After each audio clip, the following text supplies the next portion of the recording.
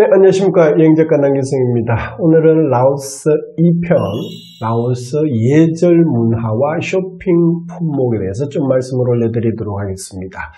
예절 문화에 들어가시기 전에 제일 라오스 여행에서 꼭 배우셔야 되는 두 단어가 있습니다. 라오스 말.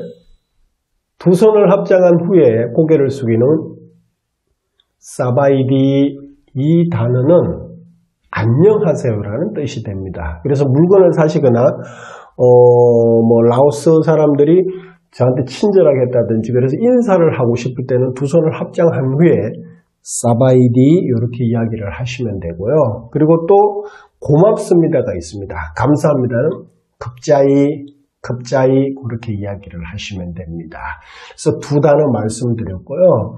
그리고 사원이 많아요. 불교 사원들이 많은데 이 불교 사원을 들어가실 때는 날씨가 덥다고 반바지 반팔 차림으로 다니잖아요. 그래도 반바지 반팔 차림으로 바로 입장을 못해요. 그럼 숙소에 가서 또 긴 바지 긴팔을 갈아입고 와야 되느냐? 그 정도는 아니고 사원 앞에 보시면 사원 입구에 입장을 하실 때 몸을 민소매나 소매라든지 발을 다 가릴 수 있는 천이 마련이 되어 있어요. 천.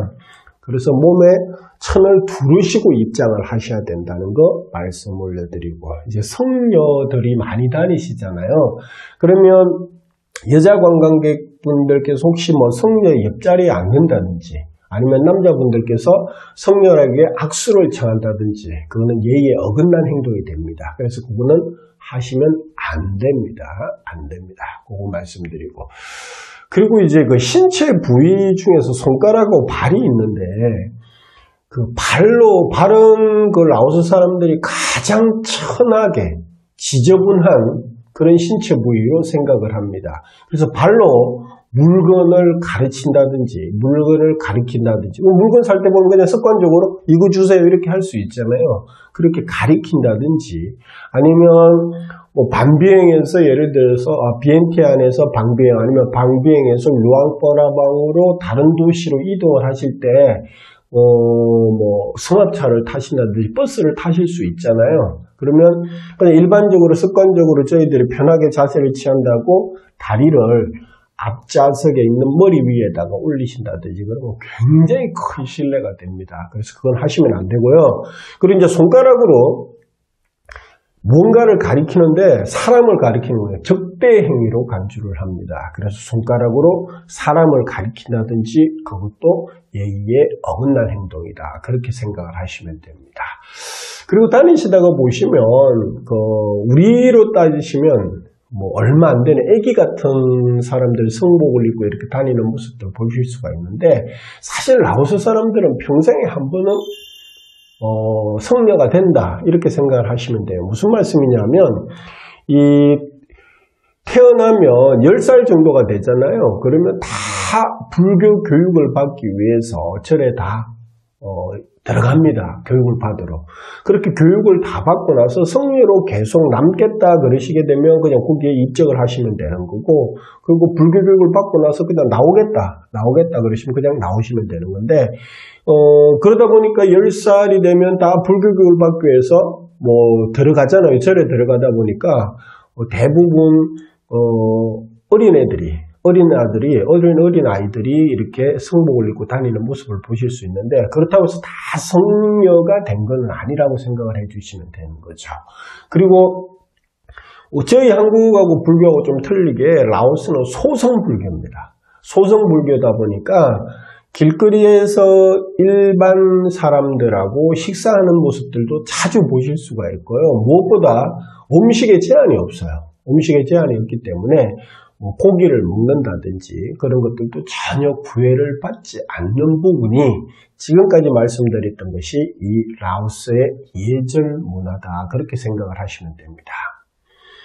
자, 다음 문화입니다. 문화. 라오스는 태어나고 나면 아기 때부터 일주일 정도 생일잔치를 합니다. 태어나자마자 한 일주일간 생일잔치를 하게 되는데 이 생일잔치 기간이 지나고 이제 1살, 2살, 3살 나이가 먹으면서 생일이 되는 거는 그렇게 큰 의미를 두지를 않습니다. 무슨 말씀이냐면 생일잔치를 뭐 저희들 생일이라고 해서 거하게 한다든지 잔치를 한다든지 그런 것들은 별로 통용이 안 된다. 그렇게 생각을 하는 게 이게 첫 번째 문화고요.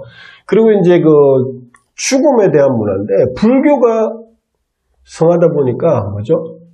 죽음은 더 좋은 세상으로 가는 거로 의미를 둡니다. 그래서 장례식장에 가면 슬픈 게 아니라 먹고 마시고 즐겁게 웃고 그런 모습들을 보실 수가 있어요. 그래서 이거는 죽음은 더 좋은 세상으로 가는 거로 생각을 한다. 그렇게 생각을 하시면 됩니다. 그래서 요거 문화 크게 두 가지 그렇게 말씀을 올려드렸습니다. 자, 그런데 저한테 제일 많이 여쭈시는 게 뭐냐면 동남아 못 사는 나라 아니냐 듣고 그래서 우리가 알고 있는 말라리아, 장티푸스 이거 대체 어떻게 해야 되느냐.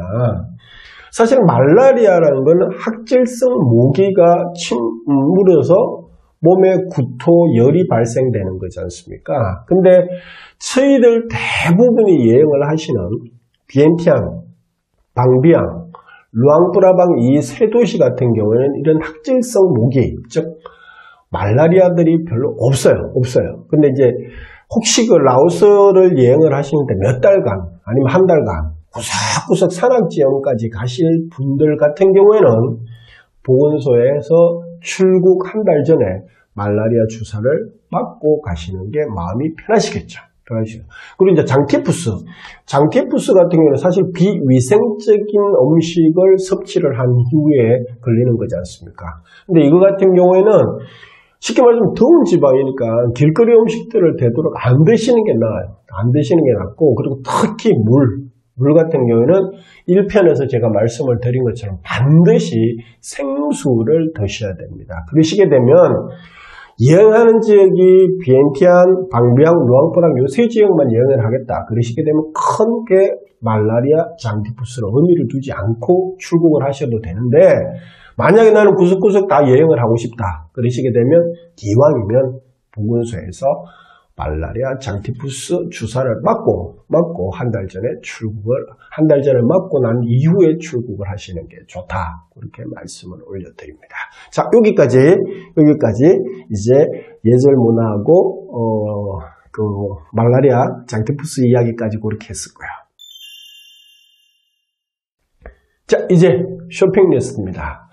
라오스는 프랑스 여행이었죠. 프랑스가 지배를 하다 보니까 커피 문화가 많이 발달이 되어져 있습니다. 그리고 특히 남부의 그 블라벤 고원이라는 곳, 즉 1200m에 해당하는 그 고원 지역이 있습니다. 이 고원 지역이 특히 커피가 많이 생산이 됩니다. 그러다 보니까 다니면서 마트 같은 데 보시게 되면 저희 한국 같은 그 밀크 커피라든지 뭐 커피 믹스 같은 커피를 많이 보실 수 있어요. 그리고 특히 그 회사는 다오라는 회사에서 커피를 제일 많이 생산을 합니다. 물론 우리도 커피가 많지만 그래도 또 지인들에게 선물 하나 뭘 해가지고 할까 그러실 분들은 마트 같은 데 가셔가지고 회사 다오가 적혀있는 그런 커피가 유명하니까 그거 하나 또 선물로 가지고 오셔도 되고, 그리고 라오스는 천연비누, 허브가 들어가 있는 천연비누가 유명합니다.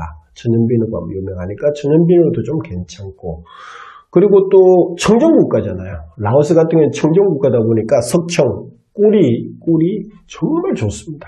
석청 꿀이 좋으니까 그것도 또 준비를 해가지고 오셔서 뭐 지인분들에게 선물해도 괜찮으시겠죠. 그리고 뭐 제일 또 유명한 게 그거죠. 사실 과일이 많이 나잖아요. 그러다 보니까 과일칩 과자 같은 것들이 유명해요. 그래서 이게 다오 프루트. 아까 그 커피도 다오라고 말씀을 드렸죠. 다오 회사 큰 회사입니다. 다오 프루트이라는 그 마크가 있는 상호가 있는 그런 과일칩들 그런 것들도 사시면 되고, 그리고 이제 뭐 저 위에 뭐 루앙프라방을 올라간다든지 그러시게 되면 야시장을 많이 보실 수 있어요. 야시장 저녁에 그 길거리에 야시장을 많이 하거든요. 오픈을 하거든요. 우리가 일명 벼룩시장이라고 생각하셔도 되죠.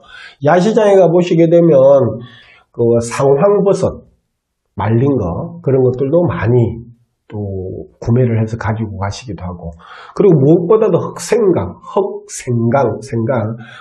같은 경우에는 라오스의 흑생강은 샤포닌이 저희 한국의 인삼의 3배에서 4배까지 많은 샤포닌이 들어가 있습니다. 그래서 흑생강도 많이 사가지고 가시고, 그리고 또 요즘에 젊은 배낭여행객들께서는 야시장에 가면 코끼리 모양으로 되어 있는 슬리퍼라든지 아니면 라오스의 전통 문양이 들어가 있는 부채 같은 것들도 많이들 사가지고 가십니다. 그래서 사실 저희들보다 조금 개발이 떨어진 나라를 간다고 생각을 하시더라도 사오실 쇼핑 품목을 구석구석 다니시다가 보시면 참 많습니다. 그리고 또 저렴하고 알찬 가격에 구매를 하실 수가 있습니다.